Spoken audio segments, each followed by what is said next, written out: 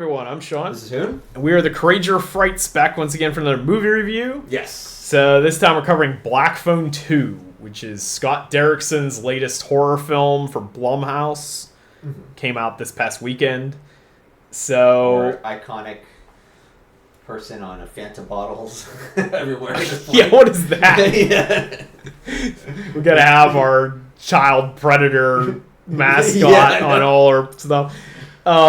So Black Phone 1, I think both of us were big fans of that. It's a pretty good movie. Ethan Hawke plays the killer, the grabber. The grabber, yeah, which is like a 1980s? Well, initially it was 70s. Yeah, 78, yeah, because it's 78. Yeah. This one's set in 82, so we're back in the 1980s nostalgia. Yeah. After a brief stint in the 70s. But this also jumps back to 50s as well. Yeah. I think the nostalgia works really well in these things because Scott Derrickson was born in the 60s, so he would have grown up in the 70s and 80s in Colorado. Mm-hmm. So I feel like you're getting more of like a first-hand experience on that sort of thing. Guy lived it, so I feel like it gives a little bit more authenticity to it. And one of the things Scott Derrickson is known for, since at least Sinister, is that use of old film reel style. Yeah, that signature that he does. Kind of like a 16 millimeter or something like that film style that he does. And he did it a little bit, I think, in Black Phone 1, but he did it heavily in Sinister with the reels that they were finding in the attic. He does it a lot in this, which I was hoping when I heard the premise of this, where it deals with like a dream state, that he would use the film reel quality for the dreams, and that's exactly what he does. So I really like that aspect of it. Or if you want to see something from that's kind of like a thing that happened, but if you watch VHS 86 85 or 85 or whatever, there's Scott Derrickson did one of the short anthologies, which is called Dream Phone, I believe. And it has a lot of the 16 millimeter. Allegedly, that's part of this universe as well, but that must be the latest thing because it was 85. Yeah. And so it would be 3 years after this. Yeah, I guess it can make sense, because it's kind of a weird thing where I guess we could probably spoil that one because it's been out for wherever. Well, yeah, it's a short on VHS thing. So what's about is like a kid that he kind of like goes to sleep, but he has a video recorder that turns on and records his dream or whatever. It's like it's something in the future. Yeah. A lot of times, which this movie, it's like kind of the past and the future. It's like both. Yeah. As she even says that in the movie. Yeah, sometimes she sees the past, sometimes she sees the future. So this film follows the same characters from the first one. Mm-hmm. Finney is your lead. Well, actually, I guess your lead is actually his sister. Yeah, his sister. This one is definitely her sister. Yeah. His sister, I mean.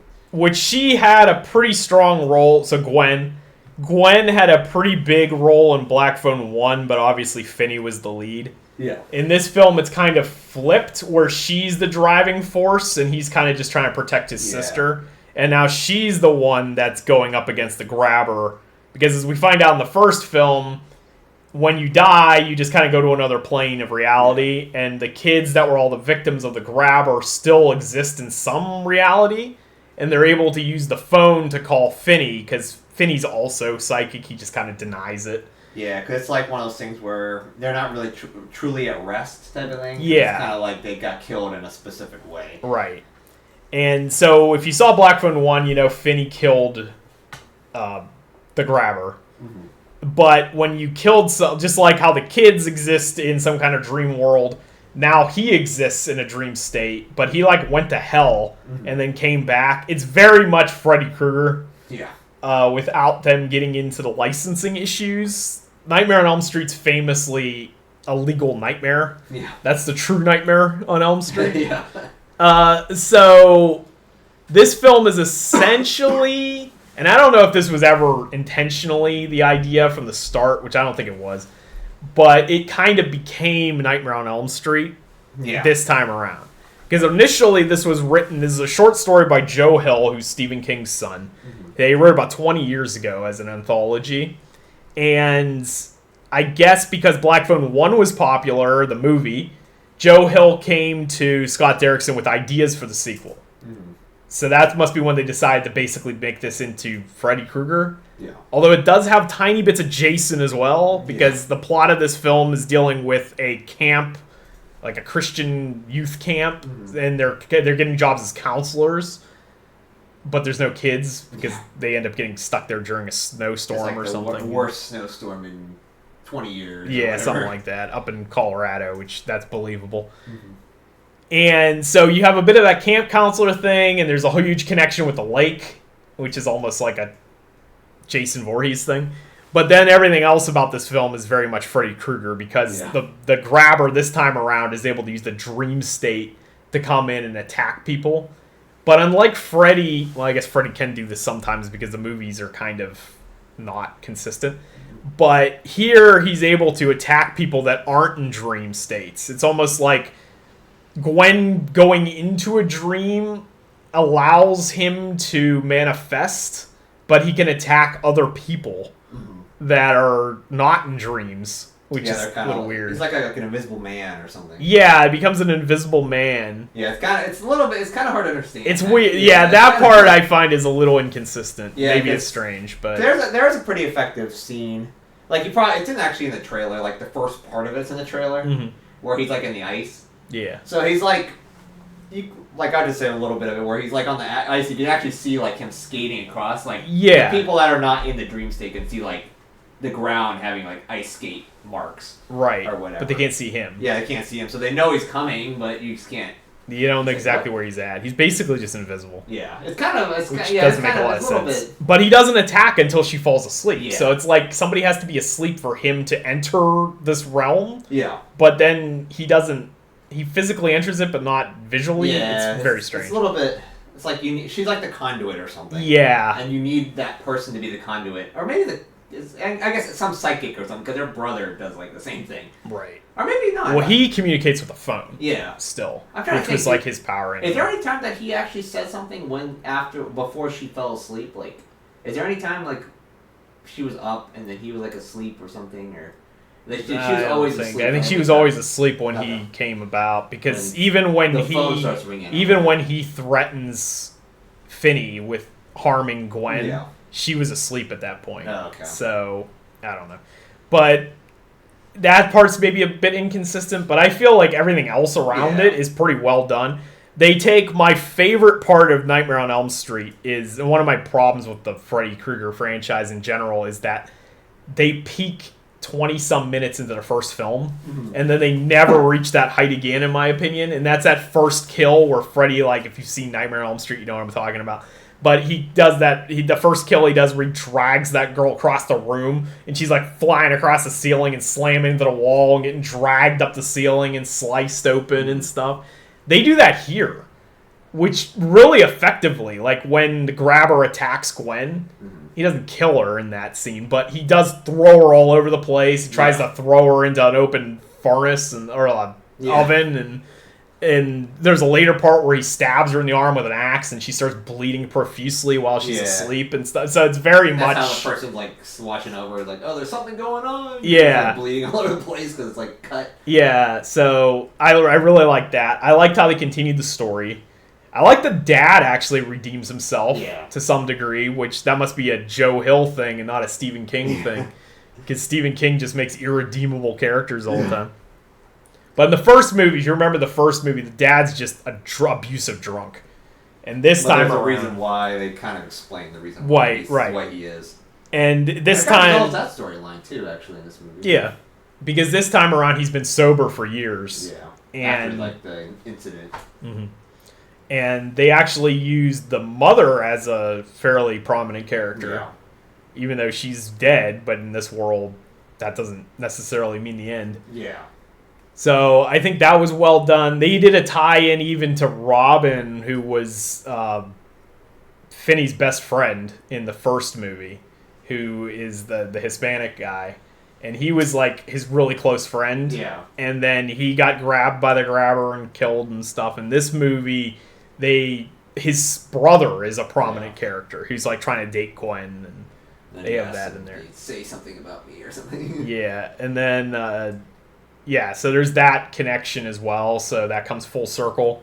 So they did tie it in really well with the first movie. Mm-hmm. Now, and the performances here are fantastic. I think all the actors are really good.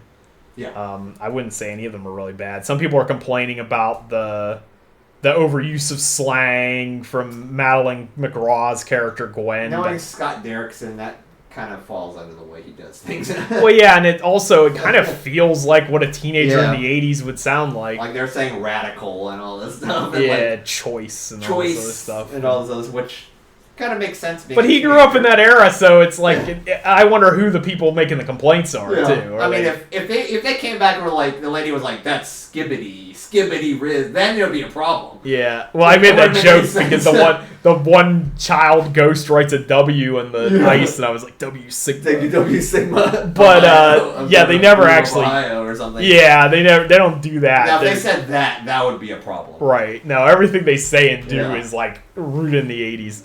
And this one doesn't go hardcore into we got to show a bunch of movies from the 80s. Gotta have a bunch of music from the 80s. No. It has a bit, but it's not like James Gunn. It has, I think, like Duran Duran or something. They do reference Duran Duran. It has, what's it called? The Wall or whatever. Yeah, well, they do reference Duran Duran because they talk about the concert. But that kind of stuff is fine because that's stuff that puts it in that era. Yeah. Like, they would be talking about stuff like that. So it felt authentic nostalgia, in my opinion. I wonder who was saying something about the nostalgia thing on there. That's what I mean. Like, I wonder what age group they were. Yeah, what age? Was it like Gen Z or was it like our generation? I don't know. It was a Reddit post, so who knows? Yeah, so if it's like Gen Z, it's like, maybe you think that every time you do a thing, it's annoying to a bunch of people. It's like, pretty much. 80s slang. We have brain rot, too. Yeah, it's like annoying. No, this wasn't our brain rot, but the generation before us, brain rot. Yeah.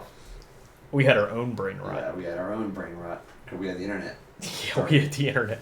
The beginning of it, we had badger, mushroom.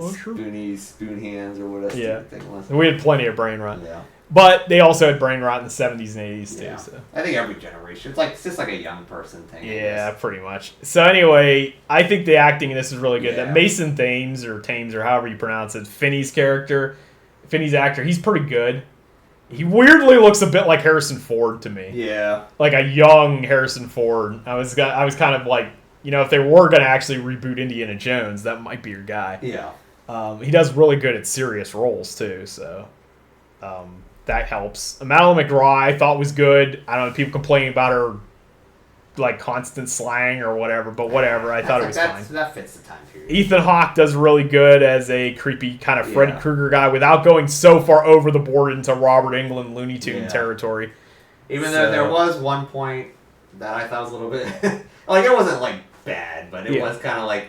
When she's in the phone booth, and he takes the cord and, like, moves her around and spins around and sort of... Yeah, and then that doesn't actually... It doesn't go anywhere. Doesn't go anywhere? Because I thought she was dead. Yeah, because the blood's, like, spraying everywhere. And then she gets thrown across the room by her neck like that, but it because he like, spins her in the actual... Like, in the dream world, she's spinning in, like, a top in the actual, like... right. Yeah, in, like, the phone booth. But in the real world, she's, like, flying all over the place, but it's still spinning. Yeah.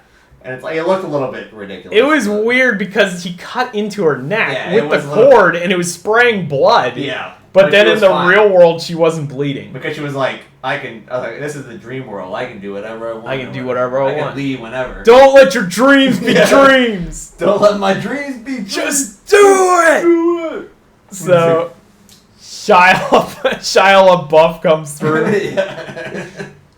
Which is motivational speaker. Yeah, motivational speaker. So that part was. I mean, like I said, it wasn't like super duper. It just it looked kind of out of place. But. Oh yeah, that was weird. But in the grand scheme of comparing this to Freddy Krueger, which then people are inevitably going to do, that was pretty mild. Yeah.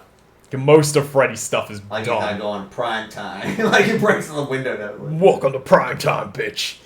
They don't do any of that in this movie. He can finish the grabber can finish a sentence without throwing bitch at the end. Yeah, so that's Freddy's incapable of making a sentence that doesn't end. Whatever that guy is from Breaking Bad, Aaron or whatever. Yeah, that guy just calls everyone bitch all the time. That's basically Freddy. So this time around, there's like a weird religious nut who gets mad when people say the F word because apparently that's. I guess God's name is fuck. I don't know. Which is kind of like this movie has some like it has like a little bit of a. It actually shows like a Christian commentary, but both showing like the good side of Christianity and like the bad side. Right. Yeah, she's like, she doesn't want to listen to anything about the murders and stuff. She wants to just hide in her cabin while all this bad stuff's happening. Because we all know the Bible doesn't talk about gruesome murders or anything. Well, you have like the other people are just like, they're kind of sort of like Christian, like the other Christian part are kind of like they're doing stuff and they're like kind of helping out. Basically everybody here is Christian. They're at a Christian youth camp. Yeah, so it's kind of like, with the exception of our like main characters, because they're just there to try to find these murders. Yeah. But they were raised Christian though. Like you have like the main owners of the camp. He's like actually trying to find these kids and stuff. And and he like helps people. But then you have the judgmental Christians, and they're just kind of like the fake Christians. I don't know if that's it's like a fake Christian. It's fairly accurate. Where they're like judgmental. Very judgmental. It's like if you say the F word, they're just like, I'm gonna pray for you because you're like evil. Yeah, she thinks Gwen is like possessed by the devil or something. Even though that most of the occult stuff that we know of today actually has roots in Christianity. And and they want to just hide away when all the bad stuff happens. Right. And then without actually helping. Yeah. Because like that person's a devil worshiper or whatever. And it's like, well, we need help. Right. We know where the kids are at. We need some help. Yeah, she's helping fight against this guy. You want another one Mustang is like, you can hide here all you want or whatever. I like that character, but she didn't get nearly enough screen time. She has hide here all you want. She has 2 stunt doubles for some reason. Yeah. But she's in the movie for like 5 minutes. Which I think that's a Stephen King thing too, isn't it? Because Stephen King has a lot of religious iconography. The Mist famously has which that. I think is kind of like the same type of thing where he kind of shows like the good side and the bad side. Wait, she wasn't really a villain in this. Like the one in the Mist is straight up. That's the main villain. This is like a secondary character that's kind of like she could become a villain though. Yeah, it's like the very judgmental like fake Christian. Yeah. That you see a lot. It's like not even like see him in real life a lot too. Constantly. So there's a lot of commentary here, but it doesn't really beat you over the head with it. They could have went a lot more. It's just kind of setting. It has a Stephen King feel to it, but at the same time, it's like Scott Derrickson's spin on Stephen King. Yeah. Because Stephen King and Joe Hill, obviously, who's Next Generation, does the same. I guess Joe Hill does the same thing Stephen King does, where he sets everything in Maine. Yeah. And it's like his own write what you know kind of thing. Mm-hmm. But then Scott Derrickson, when he got a hold of it, he twisted it and turned it into Colorado because that's where he grew up. So I like that idea. It's like you're putting yourself stuff like that. Colorado probably works a little better, I would imagine, because you have mountains. Yeah, we've also seen Maine 50 billion times, so the way the setting is. Yeah, I personally like this quite a bit. You said you like the first one better, which that's fine. I probably have to watch the first one again, but remembering it, I kind of like the first one a bit more. But I mean, like I said, this movie isn't bad. Like I don't hate it. Right. It's just I maybe prefer the first one more than this one, but yeah, I'm the other way around, but the first one is really good too. Yeah. But I just feel this one was cool because I like the idea of Freddy Krueger better than I like Freddy Krueger. Because it's like the concept of it is great. I love that first movie. I love New Nightmare. And then the rest of it is more miss than hit for me. Yeah. It gets way too cartoonish and stuff. And that's the way the character is. Yeah. He became that. I think he's just very popular because he's like kind of like the goofball. Yeah, it's kind of like it's like Ash Williams or something. It's like this cheesy character. Ash Williams or Evil Dead, when did that come out? The 80s as well? Yeah, it was before Nightmare on Elm Street, actually. The first one. Yeah, maybe a lot of that. They had a lot of but I guess 80s had a lot of that, like, humor. Well, 80s has it's weird because, like, Freddy I find to be somewhat irritating. I like most of the Freddy Krueger stuff, but he just gets too much for me. Like, I say that, but then one of my other favorite directors of that era is Joe Dante, who is heavily rooted in Looney Tunes. Yeah. So, he's the guy who did Gremlins and Howling and all that kind of stuff. But that also has, like, some that humor. Yeah. So, it's weird. Like, I can't really trash Freddy too much, but I think a lot of people would agree with me, though, that it's kind of cheesy. Yeah, like, it's definitely a cheesy villain. Which is part of the appeal to it. But this version isn't cheesy. Yeah, he's more like pretty more intimidating, creepier. Yeah. Although they do go full Freddy with his origin story. Yeah. He's basically was a he's like a maintenance guy or something at the campground, which is pretty close to what Freddy Krueger was. Yeah. So, yeah, it's pretty obvious, at least somewhere, they decided to make a Freddy Krueger movie without having to mess with the rights issues. Which is probably a good thing. It seems like a lot of these movies nowadays, at least noticing the 2020s and maybe even 2010s, there's a lot of like retellings of older stories or whatever. Well, yeah, which is fine. I mean, there's not a lot of originality in Art the Clown either. No. It's just I guess these are the new icons of horror. Art is. Yeah. I don't know if I consider the grab, but I guess he is. He's on Fanta bottles. Yeah, he's on with Megan. With M3 Gan. M3 Gan and Chucky for some reason. Yeah, why is Chucky still here? Chucky's back again. And who was the other one? There was another one. I don't know. There was some other guys in the Fanta bottles. I was thinking maybe it was like Pennywise, but Pennywise has been around. Yeah, I don't know who are the horror icon. Oh, it was Freddy Fazbear. Which, yeah, okay, I could guess. I guess that one's a big one just because a lot of kids like to watch that. And Michael Myers. Oh, yeah. Myers. I guess Michael Myers is still there. He's like Chucky. Never dies. Can't get rid of him. I guess if you keep bringing movies out, they eventually, like, you have Nightmare of Elm Street, and then you also have, like, Michael Myers, I guess, with Evil Never Dies, or Evil Dies Tonight. God, Evil Dies Tonight. Evil Dies Tonight. We should review those at some point. I don't know how I feel about I know how I feel about the Halloween trilogy. I don't like it. It's not good. Yeah. I prefer if they were to do Halloween 3 again, or something along those lines. Yeah, it could do something like that. Michael Myers, I don't know. Michael Myers has been done. How many movies have Michael Myers been done?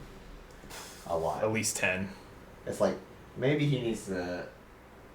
His mask die needs tonight. Yeah. Which he did die in the last one. Yeah, you just leave him dead and be like, it's done. Well, I don't think they're doing anything with Michael Myers right now. There's I guess Exorcist is the next one.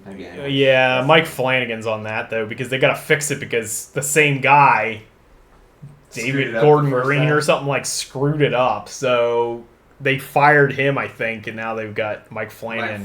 Which probably would work.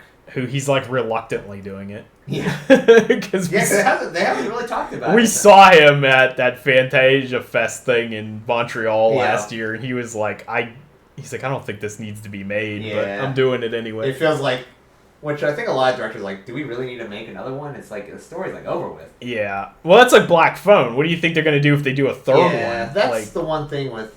Is there enough for a third one? Are they bringing Well, there could be. I mean, the way Dream Phone is totally unrelated. That's the 80s. Yeah, that's 80. That's after this, and has nothing to do with the grabber. It's going by it's 85. 85, okay. But they don't...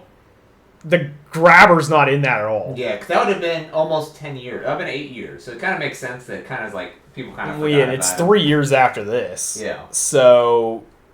Yeah, I mean, they may do another Black Phone and not have the grabber at all. Yeah, because this movie was like a continuation from, like, just the grabber. It could follow Gwen. Yeah. And her psychic powers. She'd almost be like Lorraine Warren or something. Yeah. Well, the historical baggage. I mean, the way this movie ends, I guess he could come back? Maybe? Well, Ethan Hawke said he wants to do another one where he goes to hell. And come back. And it's like, well, you can't. Grabber goes to hell. He already did. They say in the movie that he did go to hell and came back. So, like, I don't. I mean, he goes to hell again. He's a rehab. He's gonna go back to hell. Yeah, he's gonna go back to hell. And then Freddy's dead. The final nightmare. It's just Grabber's dead. So, I don't know how they would do it if they were making a sequel. I don't know. Like, I feel like the idea with the Dream Phone thing, where it's like a videotape is like videotaping your memories or whatever. Yeah, they could do. A lot of times they do like a short as a proof of concept. Yeah. So it's like you could do, and they've done that with VHS. 2 of the VHS segments have been made into films. Yeah. So like they could take Dream Phone and then turn that into a full. Or if they really want to go throwback again from the 2000s, be like the internet showing up, and then the grabber's like in the internet somewhere. That's like a throwback. Somehow. Yeah, that's a throwback to like the 2000s with like Fear.com and like I guess Ring or not. I was gonna say I guess Ring. Pulse. That's kind of Pulse. But yeah, I don't know. That happened a lot in the 2000s. So if they really wanted to do that way, but it's like I don't know how that would even happen. Like how would that even get to that point? It probably would still be in the 80s if they did another one. Yeah. Yeah, I'm not sure what they're gonna do. Scott Derrickson, he was trying to do other stuff, but he He did Black Phone, then it was popular, and then I guess Joe Hill pitched him the idea because he was doing Multiverse of Madness, the Doctor Strange movie. Because he did the first Doctor Strange. Yeah. And then he was working on the second one, and then he left because of creative differences with Kevin Feige or something. I think he wanted to make like an R-rated movie. And then they brought Sam Raimi in, who also wanted to make an R-rated movie, but then he made concessions. Yeah. Because there's proof of concept of like the fight between Scarlet Witch and the Camertage is definitely R. Yeah. Like she's like decapitating people and doing all this crazy shit, and then they cut most of that from the final film. So I guess Sam Raimi was more complacent and just went along with the flow. Probably because he's done like a comic book movie before with Spider-Man. Whereas Derrickson got kind of annoyed that he didn't get to do his own ideas, so he just dropped it. So then I guess when he walked from Multiverse of Madness, Joe Hill's like, oh, so you're free, here's this idea. And so I guess that's when he started working on Black Phone 2. Okay, I kind of wonder what he's doing next. Like, what's Scott Derrickson be doing next? Yeah, I don't know if they've said what his next idea is. Yeah, because it was feature films in 2005, or 2025 was The Gorge. Okay, yeah, I didn't see that, but I heard it was actually kind of science fiction romantic action horror film. Yeah, it's like about this, gorge that's like a opening to hell or something, and it's these two guards that are like watching it from either side. They kind of like fall in love type of thing. Yeah, it's like Anya Taylor-Joy and the guy from like Top Gun Maverick or something. He wasn't the writer though, but he was the director and producer. Yeah. So I don't know what else he's got. And then Black Phone 2 is the only two things, at least according to Wikipedia. So his first film he directed was Hellraiser Inferno. There you go. Direct-to-video Hellraiser movie. And then he did The Exorcism of Emily Rose, which I've heard that's decent. And then Day the Earth Stood Still, which most people hate. Let's see. Deliver Us from Evil was pretty decent. That's literally the only two. That's like his last thing is Black Phone 2. Yeah, he's got nothing coming out. And then an executive producer for Retrograde. Okay. So, yeah, we don't actually know what Scott Derrickson's up to. But I don't know. He's a director I like quite a bit. Yeah, I do like the way he filmed. Like, I like his signature with that. Yeah, I really like that, where they go back to, like, the 16mm or whatever film grain he's using. I assume that's done with actual film. I don't know if that's a filter. If that's a filter, it's damn good. Yeah, I think it's actual film, though. Tell people how to do that, because that's pretty good. It's pretty effective. I assume he's actually using film, though, because the guy's nearly 60 years old, so he probably got experience with film. So I would assume that's what he's doing with that. But there's actually a few films that are still shot on film. Yeah.